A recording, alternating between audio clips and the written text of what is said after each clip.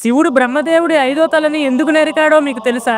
బ్రహ్మకి 4 తలలు ఉంటాయని మనందరికీ తెలుసు. కానీ నిజానికి ఒకప్పుడు బ్రహ్మకి 5 ముఖాలు ఉండేవి. అతన్నే పంచముఖ బ్రహ్మ అనేవారు. అయితే ఈ 4 ముఖాలు వేదాలు చదివి మంచి గుణాలు కలిగి ఉంటే, 5వ ముఖం మాత్రం అహంకారంతో నేనే గొప్ప అనే గుణంతో ఉండేది. దానివల్ల ఇబ్బంది పడ్డ దేవతలు శివుడి దగ్గరకు వెళ్లి బ్రహ్మని శిక్షించమని వేడుకుంటారు. కానీ శివుడు బ్రహ్మ తప్పు చేయకుండా శిక్షించలేను అని చెప్పి తిరిగి పంపించేస్తాడు. దాంతో దేవతలందరూ కలిసి ఒక పన్నాగం పన్ని శివుడు లేని సమయంలో బ్రహ్మదేవుడిని కైలాసానికి పంపిస్తారు. మంచులో దూరం నుండి బ్రహ్మ వస్తుంటే పార్వతీదేవి చూసి శివుడు వచ్చాడు అని భ్రమపడి నీళ్లు తీసుకొని పైకి చూడకుండా పాదాలు కడుగుతుంది. కానీ బ్రహ్మ ఏమనకుండా పార్వతీదేవితో కాలు కడిగించుకుంటాడు. ఇంతలో అక్కడికి శివుడు వచ్చి ఈ సన్నివేశాన్ని చూసి దేవతలందరూ నీకు తమజ గుణం పెరిగిపోయింది అంటే ఏంటో అనుకున్నాను, కానీ తల్లి లాంటి పార్వతీదేవితో పాదాలు కడిగించుకుంటావా అని చెప్పి కోపంతో శివుడు వీరభద్రుడి రూపంలో బ్రహ్మదేవుడి పైకి దూకి గోళ్లతో బ్రహ్మ 5వ తలని చీల్చి శరీరం నుండి వేరు చేస్తాడు.